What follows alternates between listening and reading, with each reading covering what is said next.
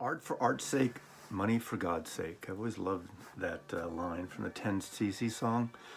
Whether they picked it up from someone else or not, it's not what I'm going to talk about here. Not my problem. I want to show you 25 album covers designed by artists. Now, of course, every cover is designed by an artist, but these 25 or so, come on, you know how I count. I can't count. So about 25 album covers designed by fine artists, painters, illustrators that come from our art background, not in-house at a label. Not photographers this time, because I show so many great photographers. I may do more of those as time goes on, but these are some that are, some of them were more famous than others, were famous before they did the album covers, and some, well, let's just start from here. I'm not going to play, this is not a needle drop thing because it's really just about the artwork. So I'm going to start with Peter Blake. If you don't know Peter Blake's name, you know his creation. Maybe considered the most famous album cover of all time, Peter Blake, Sgt. Pepper. He used the photographer Michael Cooper, but his concept was to set this up and photograph, and create this fictitious band that Paul McCartney came up with the idea for. But Peter Blake was a designer. He's a collage artist. He's had shows in London, around the world, British artist. So Peter Blake. I'll stick with a couple of Beatles albums just right off the bat, just because. The next one is the White Album. Now, cynics might say, what's the friggin' design of that? It's conceptual. It doesn't take anything. Hey, they did it. They created it. Paul McCartney brought in a great British artist, Richard Hamilton, who designed this and the poster inside. This is an original UK top loader. It came out in top in those days. And he worked in his studio putting together the poster we all love and know all these years. You know, every time I talk about conceptual art, unfortunately, this one's ripped. I have other copies of it, but this is an original 1968, from November 1968, Richard Hamilton creation. One view has censored Paul McCartney, one does not, I think. I know all the details. They're all kind of censored, but Richard Hamilton came up with the idea of the blank cover. He came up with the idea of each one numbered. And it's an amazing, important album cover. But again, as I was saying, when some people get into conceptual artwork and they like to criticize it, saying, I could have done that. I could have done splatter paint droppings like Jackson Pollock. But you didn't do it, did you? All right, moving right along, let's talk about Andy Warhol. You know Andy Warhol, you know? I could have done soup cans. I could have done Brillo soap boxes, but you didn't, did you?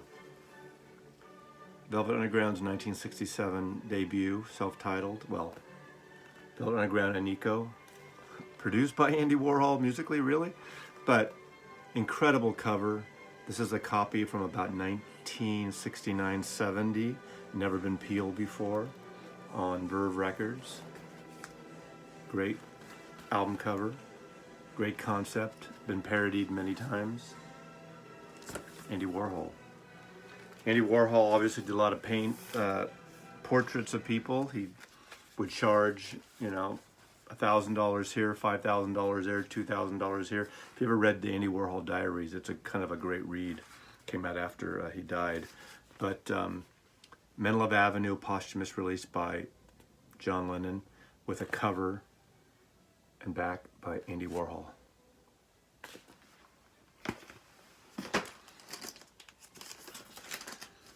One of the great conceptual surrealist artists of all time, Salvador Dali. An unusual combination. Salvador Dali paints a cover for Jackie Gleason Orchestra, Lonesome Echo. There's Jackie and Salvador.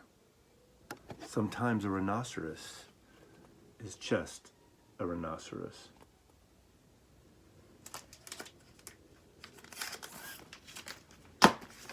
H.R. Geiger. Most people know H.R. Geiger as the artist that developed Alien, the creature in the original Alien, as subsequent films. You know, I know him. We all also know him from Brain Salad Surgery, an album by Emerson, Lake and Palmer. His great paintings, graphic, surreal, dark. He also did, which I don't have, that cover with the bolts of Debbie Harry. And several other record covers. So there you go. More. Okay, a group, New York group that really used a lot of different artists at times for their album covers, a lot of New York artists. Richard Prince designed the painting for Sonic. It was actually a painting that they used for Sonic Youth's Sonic Nurse. This came out in 2004, I believe. Paintings by Richard Prince. But they worked with a lot, or a number of amazing covers. They also did this album, Sonic Youth Daydream Nation. Gerhard Richter, the German painter from Cologne, Germany. This, his stuff is very dark, shades of grays usually, dark shades together. That's Gerhard Richter, famous painter. Okay, then there's Marty Clairwine, who did Bitches Brew, African artist. Did a number of record covers around this time. Miles Davis, I mean, this is one of the most famous record covers. 1970, this album came out. Black artwork. Amazing artwork cover. Miles Davis, Bitches Brew, and for an amazing album. There was a limited edition of this. My copy, like every other copy in the world, is faded. This is the Talking Heads Speaking in Tongues. This was the limited edition. Almost like film layers, separations, designed and created by the famous Robert Rauschenberg. Rauschenberg is a collage artist, and this is Speaking in Tongues, which has clear vinyl and a loop. And anyway, this is a cool thing. It's kind of been a little brittle here over the years, and when you see these, they've faded quite a bit. They used to be, I think, pretty much clear here, but even protective away from sun, they do fade. But kind of a cool record. I do have a play copy. I don't play this copy. Bernard Buffet, or Buffett? Buffet. You know his work, the great series he did for Verve. Did a number of records for Verve, a number of album covers. He did the great, some of the songbook series, especially the George and Ira Gershwin, Nelson Riddle orchestrated series of Ella Fitzgerald. This box set happens to come with some prints of all the cover art.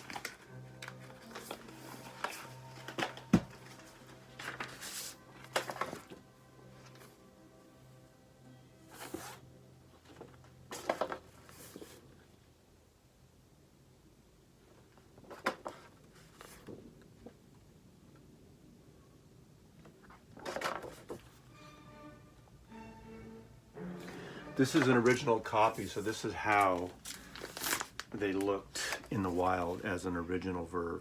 I'd love to get all these. I still don't see them around a lot. They should have kept this cover, and they should have reissued these with the covers, in my idea.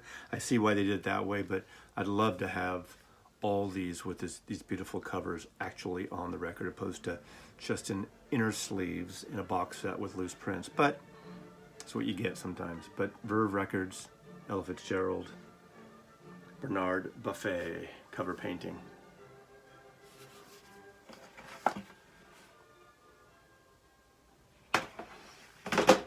Shepard Fairey. Shepard Fairey is an interesting one. I had a little love-hate relationship with him in the beginning. I think his stuff looks amazing. He's sort of an artist who appropriates other artwork. You can get into the whole idea of copyright and what's fair. It's like sampling. But he takes photographs, does his like treatment to them, and makes them his own. That's part of artwork, and on one level I appreciate it, but he did the original poster when Obama was running for president, Obama, the Hope poster, which he took the photograph by an Associated Press photographer and did his manipulation, and there was a lawsuit about it because you can pay licensing a stock and use a photograph and then manipulate it, but he basically did it exactly that photograph and manipulated it and didn't want to pay any kind of licensing thing. And of course it was everywhere, it was famous, it was sold, obviously sold for the Obama campaign, but it became sort of a real iconic image. It settled, I think, in the end, or Shepard Fairey lost, but I do like his work. There's he's done a bunch of famous posters most recently, or the last several years, Johnny Cash, but you probably know him by doing Tom Petty, this box set. This is a live anthology, Tom Petty and the Heartbreakers, and he's done a series of artwork. He's done a lot of country records as well, other artists, but you know, I do like his graphic quality of his artwork. He's not a painter in the traditional sense, but it doesn't make him any less valid, so I've grown to enjoy his work. Also, the George Harrison box set, which I'm not going to totally schlep out, but that same iconic image of George from a photograph of George Harrison from 1968. Shepard Fairey did his sort of overview, his manipulative effect. I mean, one could argue you could put this on there's probably an app to do this, but hey, Shepard Fairey is an amazing artist and done some cool things. Backtrack one moment, my correction. Marty Klarwein is not an African-American artist. He's a German artist who did Miles Davis' Bitches Brew. I should clarify that before someone kind of jumps in. My mistake. He also did Santana Abraxas. He did album Hootersville, which is a Jerry Garcia record collaboration with Howard Wales. He did Herbie Hancock's Sextant, so you can recognize his style there. And let me throw in also Magritte. You know Magritte, always usually bowler hats, centric, exactly, perfectly laid out formation. Magritte's great apple for Beckola, Jeff Beck Group. Then there's a British artist, Tom Phillips, who went to art school or kind of coached Brian Eno in art school in the early 60s or early to mid 60s. And he did this album, Brian Eno's Another Green World, Eno's. Also worked with Robert Fripp on some King Crimson projects, but a great painter, really turned Eno on early on to the whole Fluxus and conceptual art movement as well. Guy Peellaert, book, I can have it handy here, a cool painted book. In fact, I want to find it because I want you to see this book. Guy Peellaert did It's Only Rock and Roll for the Rolling Stones. But the book was an important book that came out in the 70s. And hold on one moment. The original book came out in 1973. Rock Dreams by Guy Peellaert and Nick Cohn. Nick Cohn was a rock writer, critic who wrote the copy in here. But what's important about this are these amazing photo illustrations in a way, photography. Kind of dark, moody, eerie.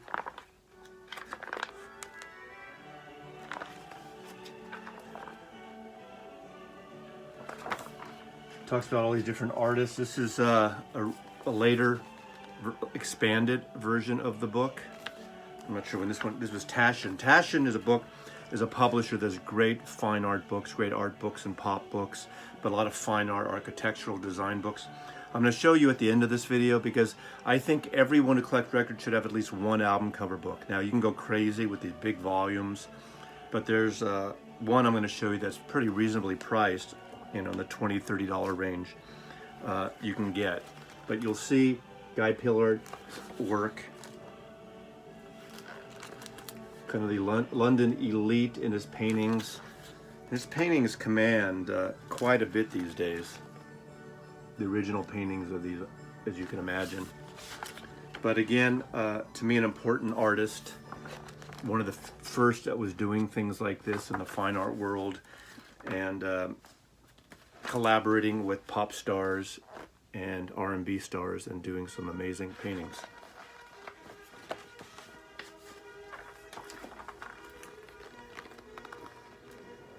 I would like to have breakfast at that diner with those four. Okay. Next on the list,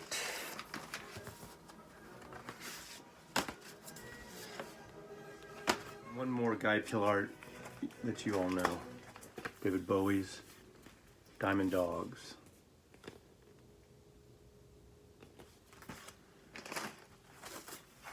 Then there's James Earl Fraser, American classic, a reworking of his famous painting, sculpture. Was it painting or sculpture? I forgot. But very iconic image that a lot of people know. Beach Boys' Surf's Up album. Then Peter Saville was an art director, designer who worked a lot with Joy Division, New Order, amongst other British bands. And he sought the National Gallery, this painting by Fantin Latour, and used it on the cover of the first New Order album. So it's just something they stumbled across, and obviously they licensed it for the album cover.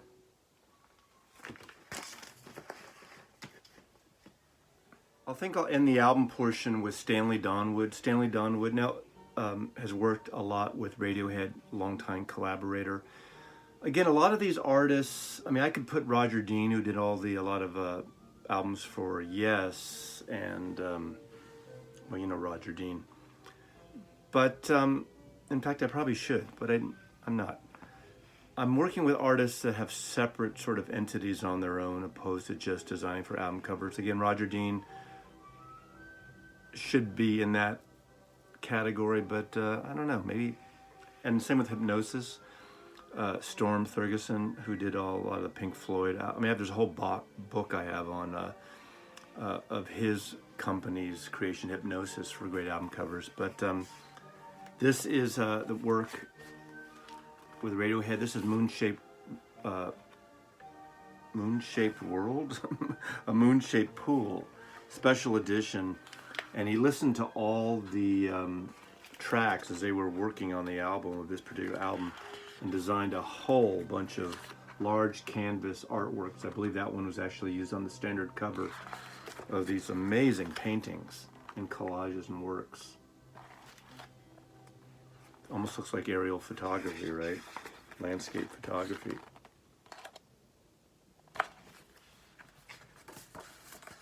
Gorgeous, gorgeous set of images on the limited edition. I really kind of eat up these limited edition things with Radiohead. In fact, let me grab one more before I close out here and show you a couple of book projects. He also worked on In Rainbows. I believe I showed this on one other edition. I like the Radiohead period. Some would call it their electronic tweaking period that people, some of the die-hard guitar fans don't appreciate quite as much.